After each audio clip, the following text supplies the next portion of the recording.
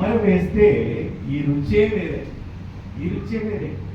నిజంగా మనం చేస్తా ఉంటున్నామా? ఇలాంటి రుచిని మనము అనుభవిస్తా ఉంటున్నామా అనేది ఒక ప్రశ్న నీకు నాకు. ఎంత చక్కగా, ఎందుకంటే దేవుడు ఏమంటా ఉంటున్నాడు, మనం ఏమంటే దేవుడు పిలుస్తా ఉంటున్నాడు, వస్తా ఉంటున్నాము. To some extent God will be testing you. దేవుడు ఏం చేస్తా ఉంటున్నాడంటే ఈ విల్ టెస్టింగ్ యూ. ఈ వారం వచ్చాము, వచ్చే వారం వచ్చాము, ఇంకొక వచ్చాము. ఏదిరా బాబు 3 వారాలు వచ్చాను, అయినను నాకేంటి దేవుడు విడుదల కలిగేటం, నా ఒక జవాబు, నా ఒక ప్రార్థనకు జవాబు ఇవ్వటంలో అన్నప్పుడు God is always testing you. ఇక్కడ మనం చూసినట్లయితే 2 రాజులు 5వ అధ్యాయము 10వ వచనం. ఇది అందరికీ తెలిసిన ఒక విషయం ఏంటి. 2 రాజులు 5వ అధ్యాయం మీరు చదివినట్లయితే ఎవరి గురించి ఉంటున్నదండి ఈ యొక్క వాక్యము? ఎవరి గురించి అండి? ఎలీషా మరియు ఎవరి గురించి అమ్మా? ఏమైంటున్నది ఆయనకు? ఏమంటున్నది? ఒక కుష్ఠరోగం. కుష్ఠరోగం వచ్చినప్పుడు ఇక్కడ ఏం చేసింటున్నాడు ఎలీషా? మీరు డైరెక్ట్గా ఇంటికి వెళ్ళి 1 నుంచి 19 వరకు చదవండి. అందులో మనము ధ్యానించాల్సిన విషయం ఏముంటున్నదంటే 10వ వచనం మాత్రమే చదవండి. ఎలీషా మీరు యోర్దాను నదికి పోయి 7 మార్లు ఇక్కడ చూడండి. ఎలీషా ఎన్ని మార్లు అంటా ఉంటున్నాడండి? 7 మార్లు. ఎందుకండి? What is that special in 7 కదా? ఒక మనిషి స్వస్థత కలగాలి అంటే ఒకసారి చాలు కదా, అవును కదండి? మనం ఇంకా ఎక్కడికైనా మెడికేషన్కి వెళ్తే వాళ్ళు మామూలుగా కోర్స్ చెప్తారండి. 3 రోజుల కోర్సు, లేకపోతే 6 రోజులు, లేకపోతే ఈ యొక్క టాబ్లెట్లు అయిపోయేంత వరకు అని కోర్స్ రాస్తారు. ఎందుకంటే it has a certain time, ఆ క్యూరింగ్ టైం అంటారు దాన్ని. ఇక్కడ ఏమవుతుందంటే ఎలీషా ఇతనికి ఏమంటా ఉంటున్నాడంటే మీరు యోర్దాను నదికి వెళ్ళి అక్కడ ఏం చేయాలంట? ఎన్ని మార్లు మీరు మునగాలి? 7 మార్లు కదా. ఇతనికి సగం మనస్సుతోనే వెళ్ళి ఒకసారి మునిగి చూశాడు, 2 సార్లు. మనమైతే 3వసారికి ఇల్లు చేరేవాళ్ళము కదా. ఇదేంద్రా బాబు, ఆయన చెప్పినట్టే జరగాల కదా.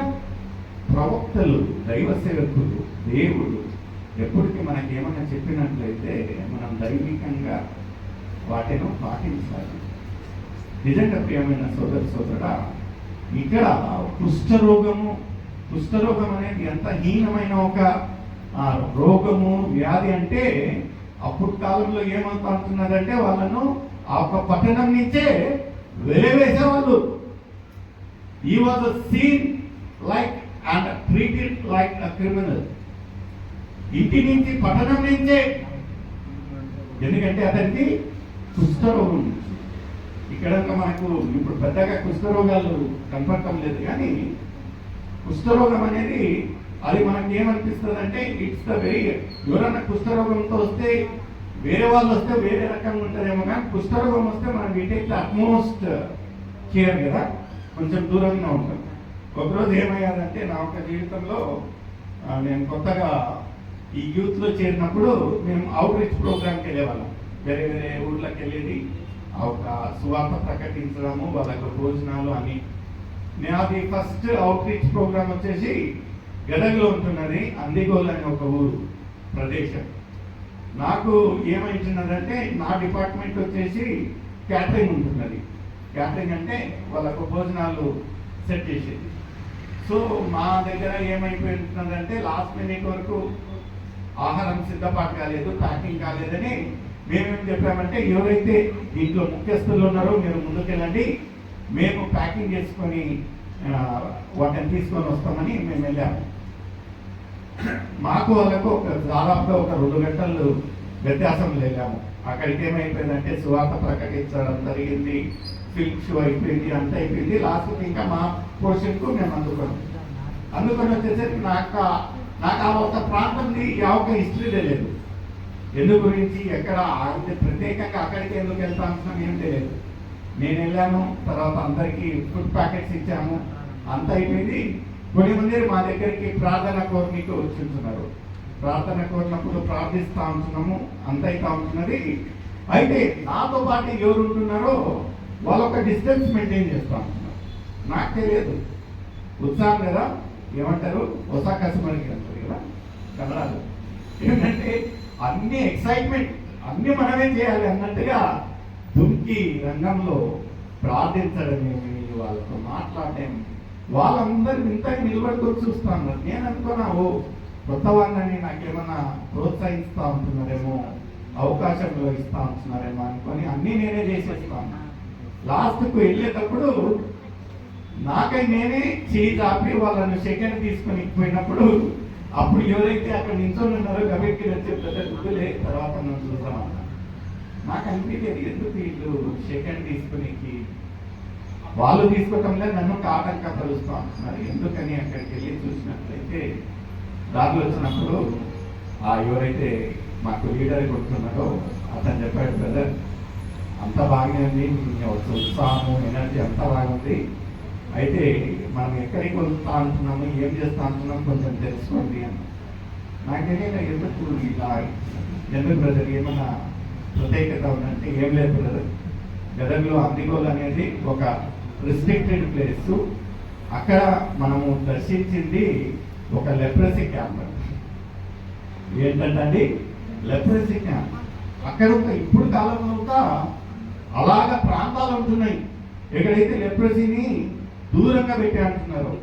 మనం అక్కడికి వెళ్ళేదే ఒక పెద్ద గొప్పతనం. అంటే నువ్వు మళ్ళీ చెయ్యి మరీ పెట్టి వాళ్ళతో సెకండ్ తీసుకుంటాము అంటే నాకు 2 రోజులు నిద్ర రాలేదు, 2 రోజులు నిద్ర రాలేదు. ఎందుకంటే అంత భయంకరమైన ఒక వ్యాధి అది. అంత ఎడ్యుకేటెడ్ అయినాను, దాంతో ఏం కాదన్నాను, మనలో ఆ ఒక భయం. ఇంకా ఇది మాట్లాడేది అప్పట్లో. అయితే దైవ సేవకుడు ఒక మాట విని ఎన్ని మార్లు మునగమన్నారండి? 7 మార్లు.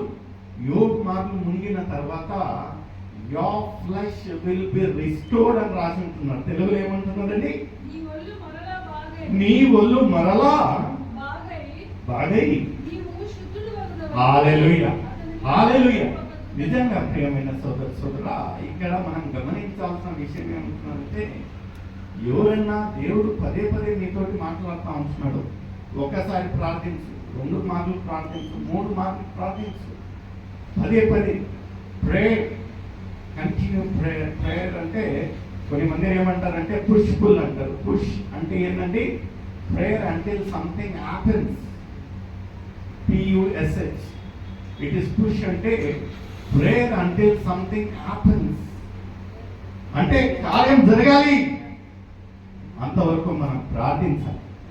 ఇక్కడ మనము పదే పదే దేవుడు అదే పనిగా ఎందుకు మనల్ని దర్శిస్తూ ఉంటున్నాడు, మాట్లాడుతూ ఉంటున్నాడు, పిలుస్తూ ఉంటున్నాడు అంటే ఈ has a plan and purpose అంటే ఒక ప్రణాళికతో, ఒక సావాసంలో మనం ఇక్కడికి వచ్చాము, వెళ్ళాము, టైం పాస్ కాదండి.